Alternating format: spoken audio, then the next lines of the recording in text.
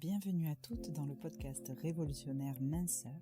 Ici, on aborde tous les sujets, les méthodes, les astuces possibles et inimaginables pour vous aider à déstocker graisse, eau, les kilos émotionnels. En bref, tous les outils possibles pour vous permettre de vous réconcilier enfin avec votre corps, ce précieux.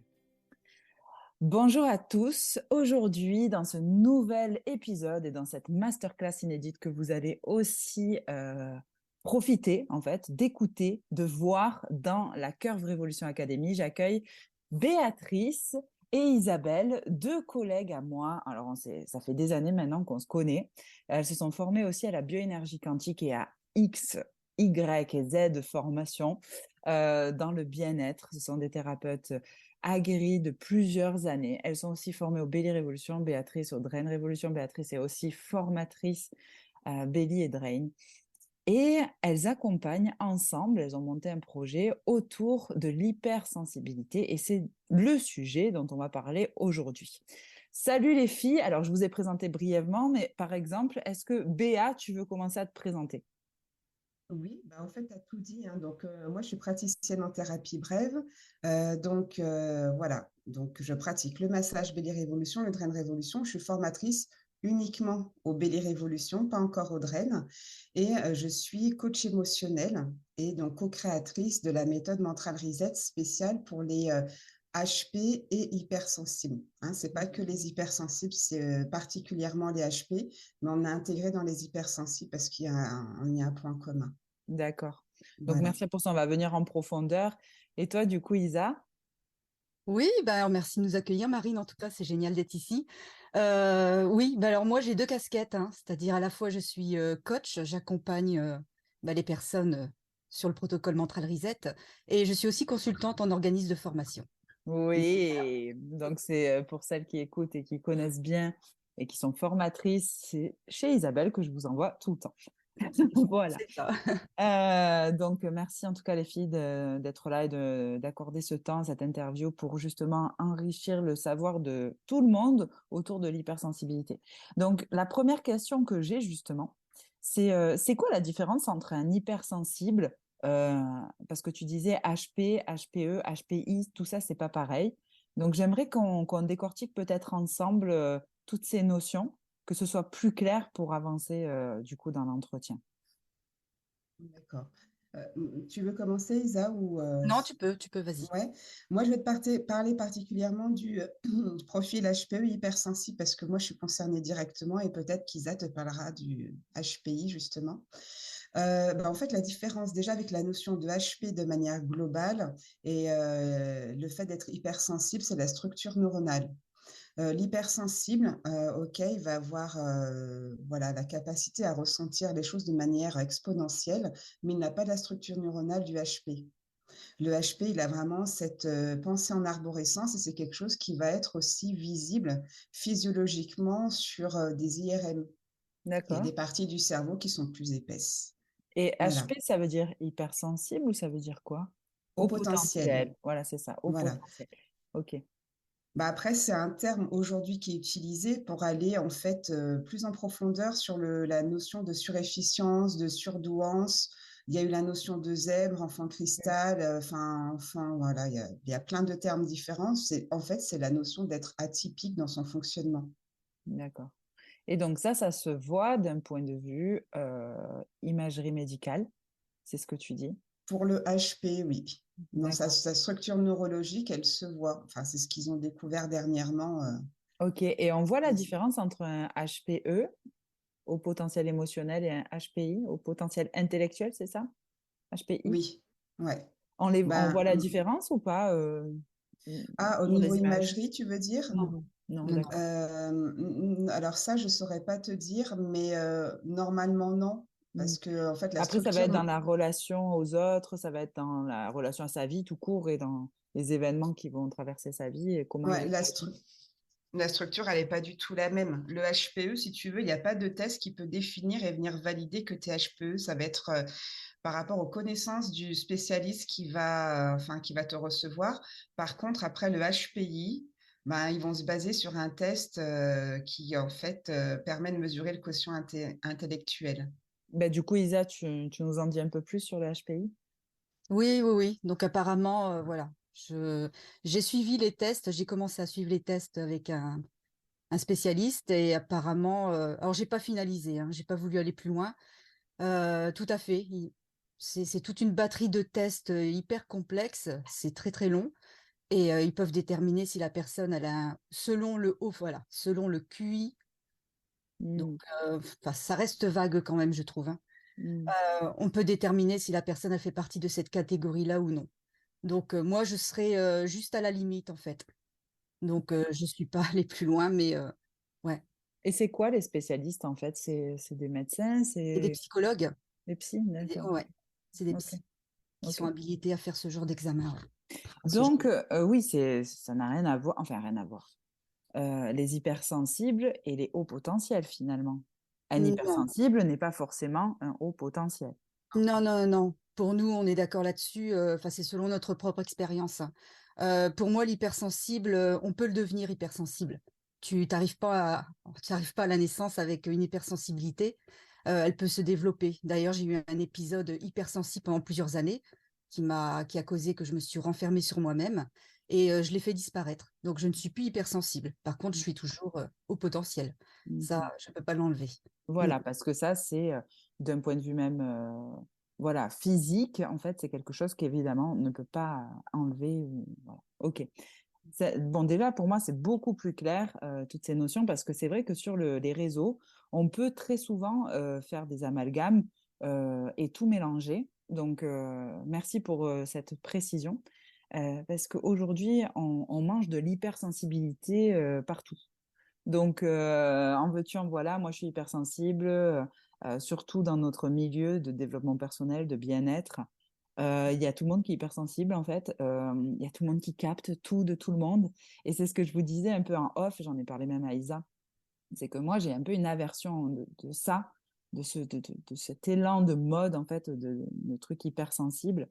Parce qu'on est tous des antennes, en fait. Il n'y en a pas un qui l'est plus que l'autre. Comme tu disais, Isa, c'est des choses qu'à des moments dans la vie, on va peut-être plus développer en fonction des événements, des parcours, des expériences qu'on vit que d'autres moments. On a fait une formation en bioénergie où on a développé à fond, toutes les trois. On a été surentraînés pendant 1 an à développer nos capacités extrasensorielles. Et Mhm. ça a été aussi révélateur.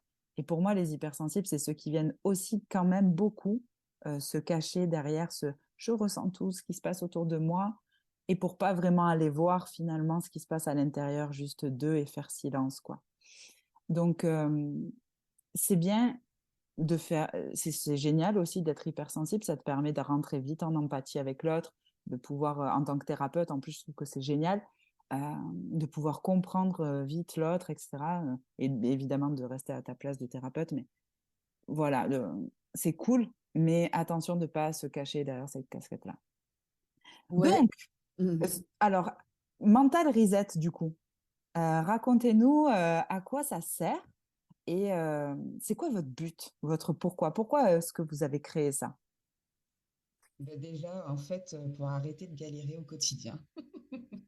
Parce que quand tu es HP, en fait, la façon dont tu appréhendes la vie, de la façon dont tu intègres la formation et ta relation à l'autre, elle est directement liée en fait à ton fonctionnement. Et tant que tu prends pas conscience de ton fonctionnement, ta vie, tu l'as subie. Hmm.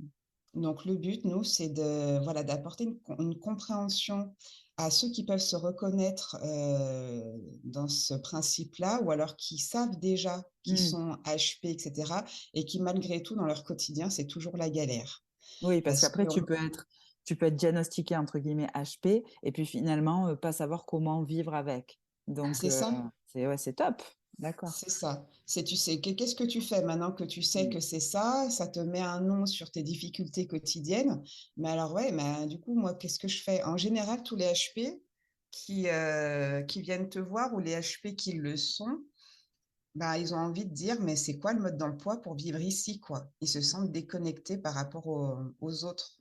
Qu'est-ce qu'ils ressentent de différent justement par rapport aux autres, les HP? C'est-à-dire en termes d'environnement, de sociabilité, qu'est-ce qui fait qu'ils se sentent différents en fait? Comment on le voit? Ben, eux, déjà, en fait, ils se rendent pas compte qu'ils sont différents. Ils croient que c'est les autres qui sont différents. Parce qu'ils croient que tout le monde, bah, c'est comme tout à chacun, hein. Tu vois les choses d'une certaine façon, tu penses que tout le monde voit comme toi, mais on n'a pas tous les mêmes lunettes. Le HP, il a une vision globale et entière, en fait, de ce qu'il va regarder. Il voit en relief. Une personne qui est normopensante, c'est-à-dire qui n'a pas sa structure neuronale, elle va voir qu'en surface, Mmh. si tu veux. Donc du coup, bah, en fait, il va percevoir que quelqu'un a envie de dire, oui, mais qui va dire non. Il va voir que, ben, quelqu'un va agir à l'inverse de ce qu'il veut faire et il va pas comprendre. Il va voir que c'est pas logique. Il y a un manque de sens, voilà, pour Mmh. lui, dans tout ce qu'il va, voir. D'accord, donc ça peut être des personnes qui vivent avec un peu ce manque de sens et peut-être de manière journalière et quand ça devient chronique, des personnes qui vont être un peu tristes, déprimées, sentiment de pas vraiment être adaptées, c'est ça? C'est ça. Et D'accord. justement, qui va développer une suradaptation, plutôt beaucoup pour les HPE, la suradaptation. Parce ces personnes-là, elles vivent qu'à travers les émotions, tout le temps, puisqu'elles sont uniquement dans leur ressenti Mmh. en permanence. Donc, voilà, il y a une empathie qui est surdéveloppée, donc elles peuvent avoir l'impression d'être tout le monde et personne, et donc, à la fois. Et ça va leur demander beaucoup de temps d'apprendre à se connaître. Et donc, pendant tout ce laps de temps, bah, elles vont vivre, hein, comme tout le monde, sauf qu'elles vont subir leur quotidien, puis elles vont beaucoup se fatiguer parce qu'elles vont se suradapter. Le plus grand vœu du HP, c'est d'être normal. C'est vraiment un truc qui dit: «Mais je voudrais être comme les autres», donc il va se suradapter. Ouais, donc voilà, être comme les autres, mais en captant toutes les infos qu'ils captent. Ouais, Donc, mais sans s'en rendre compte. Il les draine, en fait, si tu veux, les informations. d'accord. Il se rend pas compte de vraiment de la machine qu'il est et de toutes les informations qu'il va drainer tout au long de la journée. Ça va être, l'influence sur le temps, sur l'environnement, ça va être, bah, l'environnement dans lequel il est, les énergies, ça va être, toutes les émotions des personnes qu'il va croiser sur son chemin et puis, toutes les informations, par exemple dans le cadre scolaire, pour lui, un prof qui est pas structuré, par exemple pour le HPI qui lui est très dans la structure, si un prof lui dit des choses qui n'ont pas de sens et qui sont pas structurées, il peut pas les intégrer. Mmh. Le HPE, lui, peut intégrer l'information quand il est en lien avec, la personne qui s'exprime.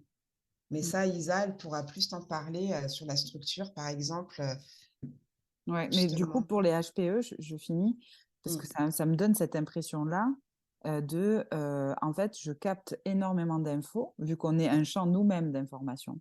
Et ouais. en fait, on est censé réagir, en fait, tu sais, aux événements, aux informations qu'on nous envoie. Voilà, on rentre en résonance avec. Mmh, Et tu dis que si justement se suradaptent pour tout mettre de côté, mais ça doit leur prendre une énergie folle à l'intérieur. Évidemment qu'ils ne s'en rendent pas compte parce que il faut déjà nous-mêmes en tant que personnes entre guillemets normales avec un système neuronal normal ou un système cérébral voilà, aux images qui sont entre guillemets normaux, on capte énormément d'informations. Mais toutes ces infos qui rentrent en résonance avec un HPE, au bout d'un moment, je comprends que ces gens-là, ils craquent beaucoup plus vite que les autres parce que s'ils ont cette capacité à avoir et à capter encore plus, mmh. ça doit être ultra fatigant. Et donc, votre méthode, elle aide justement à apaiser un peu l'intérieur d'un HP. Oui. En fait, on remet les Oui. choses à leur place. Parce que le HPE, par exemple, ou même, enfin, le HPI, il va pas gérer l'émotion de la même façon. Le HPI, lui, il est dans un principe de refoulement. Voilà, il perçoit l'impact que les émotions peuvent avoir sur lui, mais lui, il est dans la structure, donc il met tout de côté, il est dans le refoulement. Hein, Mais bon, Isa? Oui, c'est Non, ça. mais du coup, mais justement, HPI, Isa, donc il y a ce refoulement. Mais encore une fois, le refoulement, euh, ça prend Ça aussi de contrôle. l'énergie. Mais c'est Ah, mais ouf. complètement. Ouais. C'est une source Autant d'énergie qu'il faut. drainer les informations, donc ça veut dire finalement que ça sort, le fait de Mhm. drainer, comme tu dis, Béa, ça doit sortir, mais ça doit demander beaucoup d'énergie. Alors le HPI, s'il refoule, Oui, oui, oui, et des fois, ils refoulent, j'ai envie de dire en conscience et donc ça demande une énergie de dingue pour, pour retenir tout ça, pour essayer de rester toujours dans le contrôle, c'est ça, ouais, ouais, c'est tout le temps le contrôle, en fait. Et vous deux, donc, qui êtes finalement HPE, HPI, donc vous complétez bien aussi, c'est cool.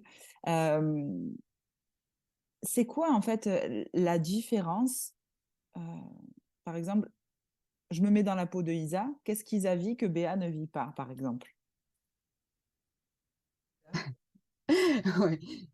Et ben, ouais, c'est vrai qu'on a, ouais, ouais, alors on a les mêmes idées, on avance sur les mêmes objectifs, on va dire, mais on les voit pas de la même façon. Alors, c'est pas qu'on les voit pas de la même façon, mais moi j'avance toujours avec une structure, voilà. Donc ça, c'est vraiment mon truc. Donc s'il y a pas un fil conducteur, une cohérence quelque part, c'est fini. Je peux pas parler, je suis sidérée, je n'avance plus. Tandis que Béa, elle, c'est un peu comme si qu'elle était connectée à tout, enfin, c'est comme ça que je l'aperçois Hmm. et elle peut, rebondir, facilement et notamment dans des discussions, par exemple, comme aujourd'hui, c'est plus facile pour Béatrice que pour moi.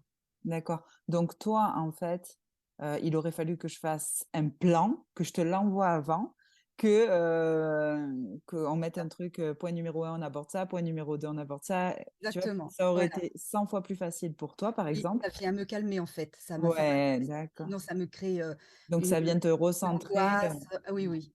S'il y a Mhm. pas de plan, c'est vraiment, Donc ça, c'est typique des HPI, du coup. oui, oui, oui. Si tu veux nous en dire plus, du coup, sur les HPI, alors, s'il y en a qui peuvent se reconnaître aussi et qui savent pas, en fait, le message ici, c'est pour les thérapeutes et pour même les gens qui nous écoutent et qui sont pas thérapeutes, euh, comment est-ce qu'on peut ouvrir les consciences vis-à-vis de ça et peut-être quand on se retrouve face à un HPE, HPI qui ne le sait pas, bon, ben, évidemment, déjà leur orienter vers des professionnels compétents, style les psychologues, pour aller vérifier au niveau des tests, mais leur dire que tout ce qu'ils ressentent, finalement, c'est normal parce qu'ils sont juste eux-mêmes, quoi. Et je trouve que c'est ultra important de faire de la prévention et d'informer les gens justement par rapport à ça. Donc, du coup, HPI, pardon. Qu'est-ce qu'ils ont de particulier par rapport à tout le descriptif HPE qu'on vient d'entendre? Donc le HPI, j'ai envie de dire qu'il est toujours, dans son mental. Après, on peut pas, enfin, je peux pas dresser une liste comme ça pour que des personnes se reconnaissent là-dedans ou pas. C'est ça l'erreur à faire, c'est il ne faut pas partir dedans, parce Mm. que ça reste quand même, à mon sens, une étiquette, hein. Donc voilà, j'ai un fonctionnement et je vois bien que par rapport à d'autres HPI, j'ai des choses que les autres HPI n'ont pas. Donc voilà, ça va être dur pour moi de dresser une liste, de pouvoir. D'accord. Ouais. Et du coup, comment en fait, toi, en étant HPI, tu t'es adapté pour vivre les choses de manière beaucoup plus fluide, beaucoup plus légère pour toi? Euh, Qu'est-ce que tu as changé en fait dans ton quotidien à partir du moment où tu as eu cette prise de conscience? Donc déjà, ça m'a apaisée parce que je me suis dit: «Je ne suis pas folle». Mm. Ça, c'était très important parce que j'en ai beaucoup souffert, hein. J'ai fait une grosse dépression dans ma vie, vers mes 27 ans et je me suis servie de cette capacité à que tout soit structuré. On va pas dire que je l'ai amplifié, mais je m'en sers au quotidien. C'est-à-dire, je structure tout. C'est comme ça que ça m'aide à rester, le plus centré possible. Mm. Donc voilà, et j'entretiens surtout, cette entrée d'énergie en moi, hein, donc par le sport, par l'alimentation, je suis dans un cadre, hein, parce qu'il faut beaucoup, beaucoup d'énergie, pour supporter, ce fonctionnement, particulier, ouais. D'accord. Et toi, Béa, tu t'es adaptée comment quand tu as eu cette prise de conscience aussi? Moi, ça s'est passé en plusieurs fois. Alors moi, j'ai passé un test officiellement dans un cabinet, si tu veux, mais je n'ai pas fait le test de QI.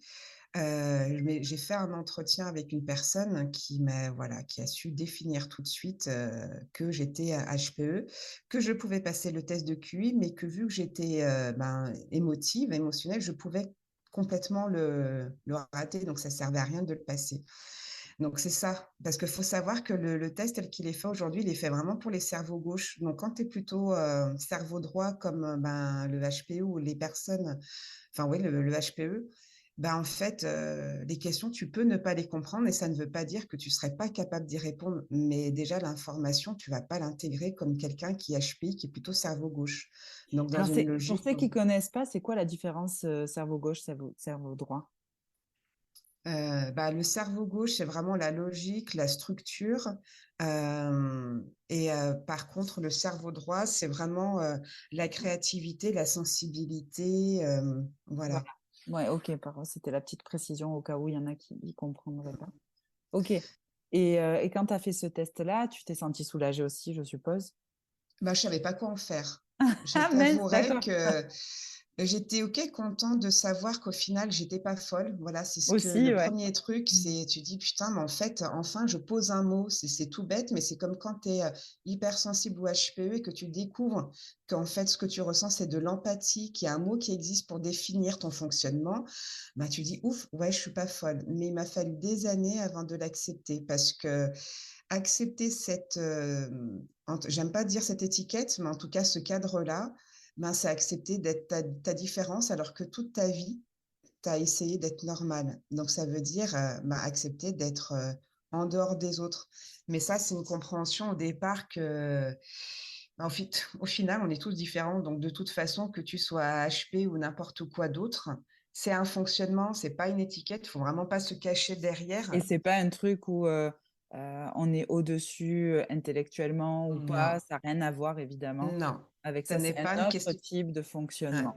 Mhm. Ce n'est pas une question d'intelligence du tout. On n'est pas, voilà. C'est vrai que Mhm. c'est pour ça que la notion de surdoué, elle s'est effacée parce que dans le temps, parce qu'ils, enfin, les personnes qui ont ce fonctionnement-là détestent dire qu'ils sont surdoués. Bah, Mhm. déjà, ça met un stress. Oui, oui, parce que tu dois être dans les compétences, dans C'est ça. l'apport de résultats. Ouais, ouais, tu Mm. m'étonnes. Et c'est Ouais. souvent pour ça aussi que les enfants, enfin, moi je l'ai vu en étant infirmière psy, en pédo, justement, en pédopsie, ben, ça leur met tellement une pression ben, qu'ils vont se mettre en échec scolaire, même après ça. Mm. J'ai vu des enfants redoubler à cause de ça. Mm. Parce que du coup, non, je veux pas qu'on projette sur moi en fait des choses.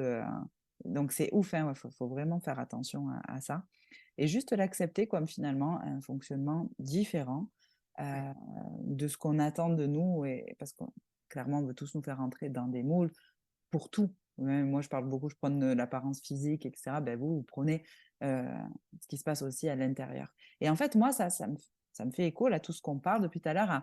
Finalement on utilise je crois, 12% des capacités de notre cerveau, ou moins, ou plus, je sais plus. Enfin, pas Mm. beaucoup, quoi. Mm. Et je me dis, est-ce que ça serait pas un type d'évolution aussi, parmi tant d'autres, de notre cerveau, tout simplement? C'est peut-être une hypothèse, tu vois. Est-ce que notre cerveau, il n'aurait pas tendance à évoluer vers ce type de, de structure, en fait, cérébrale? Voilà.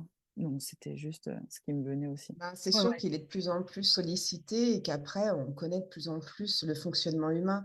Ben, Mm. c'est un peu le principe de notre méthode. Nous, on se focalise sur les HP, mais pour ça, en fait, on parle d'abord du fonctionnement classique de l'humain et on l'associe au fonctionnement du HP parce qu'on ne peut pas dissocier les deux. Je veux dire, avant d'être HP, tu es un être humain. C'est clair. Et la plupart du temps, ben, on subit son quotidien parce que déjà, même l'humain, en tant qu'humain, on ne sait pas forcément comment on fonctionne. Mm. Tu parlais de Déjà. réaction tout à l'heure, par exemple, voilà, être en réaction sur quelque chose, être dans l'émotion, ben, se dire que oui, c'est la réactivation d'une mémoire, d'une émotion dont on n'a pas pris connaissance, etc., et qu'on peut arrêter de réagir à chaque fois sur tel ou tel sujet en venant libérer voilà, une charge émotionnelle, etc. Mais Mm. pour répondre à ta question, après, le fait d'avoir su que j'étais donc HPE, je l'ai refoulé pendant quelques années. Ça m'a mis beaucoup de temps, en fait, de l'accepter, mais en attendant, j'ai étudié le fonctionnement et après, j'ai pu digérer l'information et de me dire: «Bah, c'est pas parce que, j'ai un fonctionnement différent que je vais être à part de la société». Parce que c'est ça un peu la peur du HP, c'est qu'il ressent déjà un isolement parce qu'il perçoit bien qu'il fonctionne pas comme les autres. Ne serait-ce que dans ton lien à l'autre, quand tu communiques, bah, en fait, la première difficulté, c'est comment se faire comprendre. Tu Mm. vois le truc? Mm. comment comprendre l'autre et comment se faire comprendre. Et puis, ben, des fois, tu crois comprendre des choses et puis tu te rends compte que tu étais complètement à côté de la plaque. Et puis, ben, quand tu t'exprimes et que tu vois que l'autre comprend pas ce que tu dis, ben mince. Puis au bout d'un moment, peut-être que tu commences à t'isoler, tu vois. Alors que quand tu comprends la différence entre le fonctionnement d'un normopensant et le tien, quand tu vois qu'il y a une incompréhension, tu dis, bon, bah, ok, c'est vrai, il y a une différence, je vais reprendre les choses autrement. Donc oui, finalement, c'est vous vous adaptez toujours. Il y a toujours quand même de la suradaptation finalement. Mais après, Dans c'est l'autre peut-être sens aussi, Tout le temps, ouais. quelqu'un qui est normopensant et qui et qui est comprend face à le ouais. fonctionnement voilà, par exemple, admettons que une de tes élèves reçoit en fait une personne comme Isabelle, ben il va falloir qu'elle lui propose quelque chose de structuré. Elle va comprendre que c'est pas la peine qu'elle soit vague, sinon là tu l'as perdu la personne, quoi. Ouais, c'est clair. Bon, encore faut-il qu'elle le sache, enfin, tu vois, qu'elle soit HPE ou HPI.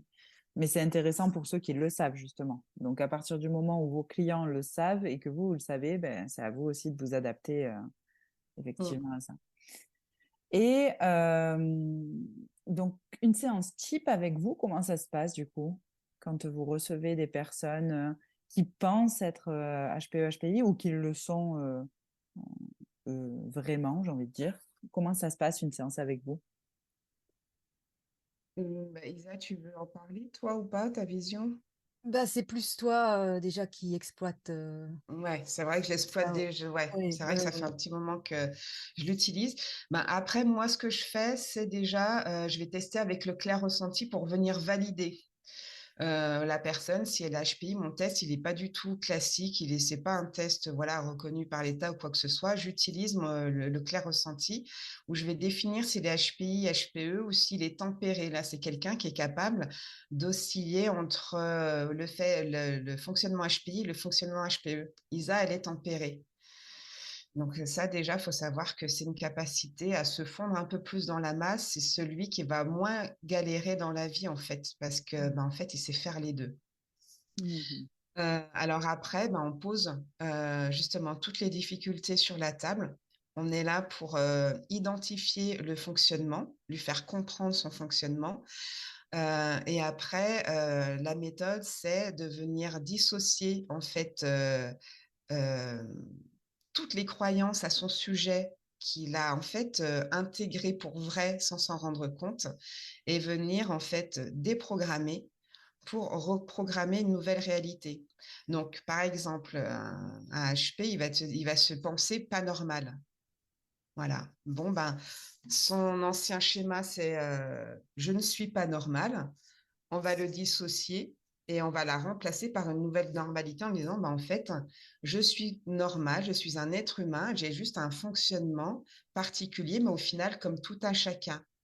Mhm. Et il va intégrer cette nouvelle information. Le but, c'est après de se concentrer, donc le HP, il est toujours en fait focalisé sur ses difficultés quotidiennes. Son fonctionnement, il prend le dessus et il met sa vie de côté.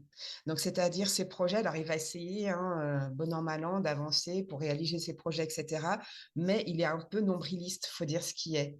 Il est focalisé sur ses difficultés. Mais du coup, ben, il met sa vie de côté. Donc là, l'idée, c'est de dire, OK, tu as ce fonctionnement-là, maintenant tu le sais. On va faire un petit nettoyage sur toutes les pensées inconscientes et toutes les fausses croyances que tu as validées et il faut s'en défaire parce que tu as un esprit qui crée en permanence, en fait. Donc, si tu ne prends pas conscience de ça, tu vas continuer à créer, même si tu as compris comment tu fonctionnais, et tu vas dire, bah, en fait, ma vie, c'est de la merde, j'y arrive pas, quoi. Alors que c'est prendre conscience que tu crées aussi en permanence. Donc, tu fais le nettoyage, on recompartimente les émotions, l'esprit, le corps, et après, il peut, du coup, euh, toute l'énergie qu'il a libérée sur le fait de plus focaliser sur son fonctionnement, et ben, il peut en fait mettre cette énergie au service de ce qu'il veut vraiment faire dans sa vie. Donc, en fait, le but, c'est de retrouver son identité. Mhm. Et Voilà, devenir créateur de sa vie, du coup, et exactement. ouais, ok, d'accord, ok. Ouais, en fait, finalement, vous êtes avec un gros nœud, comme s'il y avait une pelote de laine tout emmêlée, et vous Mm. venez tirer sur le fil. C'est ça votre méthode, hein, c'est ça, hein? Vous C'est venez ça. tirer sur le fil pour remettre peut-être la pelote en ordre et tout mettre à plat. Ok, Mm. hyper Ouais. intéressant. Et du coup, qu'est-ce que vous faites avec cette méthode? Vous y formez ou c'est juste pour les consultations? Moi, je l'utilise dans mes consultations, puis avec Isabelle, on est en train de mettre en place un programme en ligne pour les personnes qui veulent être autonomes et parce que chacun a son rythme. Et donc, voilà, il va y avoir un programme en ligne où il y en aura plusieurs. Là, on est en train de faire le Mental Reset basique, donc de réapprendre les bases du fonctionnement de l'humain, du fonctionnement du HP, de faire du nettoyage, de la libération. Donc, la méthode, c'est identifier, dissocier, reprogrammer, intégrer, créer. C'est ça le principe de la méthode. D'accord. J'aime bien quand tu mets des mots comme ça, Béa, tu le sais. Moi, je dois être un peu structurée aussi. Oui. Super. Ben, merci les filles en tout cas. Est-ce que vous voulez rajouter quelque chose? C'était une belle introduction. Déjà, moi, j'avais besoin vraiment de comprendre c'était quoi la différence entre hypersensible et haut potentiel. Donc, merci pour cet éclairage, parce que je faisais pas en fait de distinction entre les deux. Est-ce que vous voulez rajouter un petit mot de la fin? Bah, peut-être les défis, parler des défis, Isa. Globalement, en fait, le défi du HP, ça va être de comprendre son fonctionnement et de comprendre le principe des émotions et remettre en fait les choses dans le bon ordre pour arrêter de subir son quotidien. Hmm. Donc, tu vois, le HPI qui, lui, est hyper structuré et qui est hyper dans le contrôle de ses émotions, ben, le but, c'est de reconnaître en fait que les émotions existent et de passer de contrôle à la maîtrise. Le HPE, lui, ben, c'est après d'accepter la structure parce qu'au final, il en a besoin. Il la fuit, la structure. Mais en fait, il se rend compte qu'il galère s'il n'a pas de structure. Il en a une, mais elle est tellement souple et malléable qu'à force de se suradapter, en fait, il n'a pas de structure stable sur laquelle continuer à évoluer, si tu veux. Donc, il va accepter son défi. Lui, c'est d'accepter la structure et de remettre en place les émotions et de se dire, bah, les émotions, je ne suis pas obligée de les subir. Alors que lui, il croit que être vivant, c'est se laisser traverser en permanence par les émotions. Et donc, son défi, ça va être d'accepter, de ressentir peut-être une intensité moins forte, mais que ça ne veut pas dire qu'il va mourir, parce que du coup, son instinct de survie se met tout le temps en marche, tout le temps. Voilà, quand il ressent rien, le HPU se dit putain, qu'est-ce qui m'arrive? C'est pas normal. Il va trouver que sa vie est fade, etc. Donc, il va toujours chercher la notion de stress, faire les choses à la dernière minute, se mettre en danger peut-être parfois, tu vois. Je Donc comprends lui, mieux pourquoi tu t'es formé au belly et au drain du coup. ouais, voilà. Parce que justement, c'est des méthodes qui permettent de faire diminuer le stress aussi et d'être dans le corps, peut-être Ouais. avec cet esprit qui part un peu dans tous les sens et cet émotionnel aussi qui est un peu exacerbé. Donc, ça vient. D'apaiser le corps. Voilà, c'est ça. D'apaiser le corps parce que toutes les émotions se ressentent avant tout physiquement. Ce sont des sensations physiques. Hmm. Voilà, des pensées qui engendrent en fait voilà des émotions ou alors voilà qui vont réveiller des émotions endormies, etc. Donc là, lui, c'est d'accepter que c'est pas parce que les choses sont moins intenses, il n'est pas obligé d'être toujours dans l'émotion en permanence pour se dire être vivant. C'est ça, ouais, ok. Mm. Merci beaucoup. Isa, tu voulais mettre un petit mot de fin? Bon, allez, vite fait, sur le HPI, moi, j'aurais envie de dire que lui, faut vraiment qu'il mette de la souplesse. Voilà, parce que moi, je sais que je suis très structurée et essayer de d'être une roue libre, en fait, hein. Donc, improviser, des choses comme ça. Ça, c'est ce que je conseillerais au HPI. Pour sortir de sa zone de confort progressivement. Voilà, pour qu'il soit un petit peu moins dans toutes ces structures, ce contrôle. Ouais. Hmm. Et Il oui, y a un parce point, que Marine, qu'on n'a pas abordé par contre, qui est vraiment, alors Isa, elle est à fond dedans, c'est l'alimentation, l'importance de l'alimentation justement sur le système neurologique, parce que comme la pensée est en arborescence, une idée en entraîne 10 autres et chacune de ces idées va en entraîner 10 autres. Il va y avoir une énergie folle qui est dépensée si tu viens rajouter à ça en fait une alimentation qui est très lourde.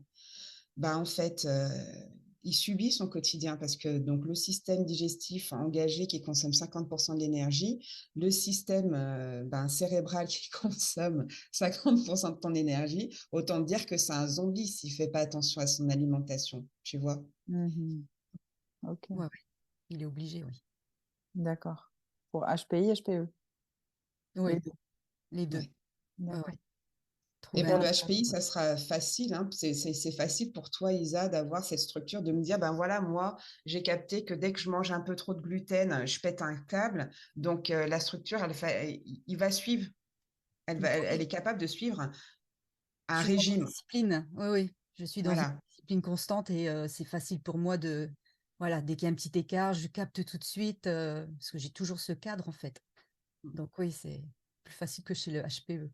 Le D'accord. HPE, si tu lui parles de structure, un HPE qui va voir un diététicien lambda, par exemple, qui va lui donner juste, lui dire, ben, tu manges ça, tu manges ça, tu manges ça. Alors déjà, non, Ouais. ça va être très compliqué. Il va le suivre la première semaine. Mais si tu lui donnes pas un sens derrière, si tu lui donnes pas un hameçon qui veut dire, ben, en fait, ça va te permettre de moins subir tes émotions, ton quotidien il va être plus léger parce que ça alourdit ton système neurologique, ça alourdit ton énergie, etc. Si tu mets pas du sens là-dessus et que tu lui dis pas, il y a une bonne raison parce que c'est une contrainte pour lui, pour le HP. Il fonctionne pas en linéaire. Un linéaire, pour lui, c'est la mort, hein. Tu vois, le HPE, il est toujours comme ça toute la journée. Donc, tu lui proposes en fait un protocole qui est comme ça, ben, il va pas te suivre. Donc, oui, il va vouloir se confronter aux émotions parce que c'est comme ça qu'il se sent vivant. Voilà, donc voilà, dans le protocole, voilà, dans le cadre, toi, de ton académie, une personne qui va proposer, je ne sais pas, un cadre alimentaire, mais voilà, vous parlez de plein d'autres choses, bah, l'idée, c'est de passer par autre chose avant de parler de l'alimentation. Sinon, il va pas suivre. Moi, c'est ma philosophie, hein. De toute façon, tu le sais, hein. Mm. Je donne pas de cadre alimentaire.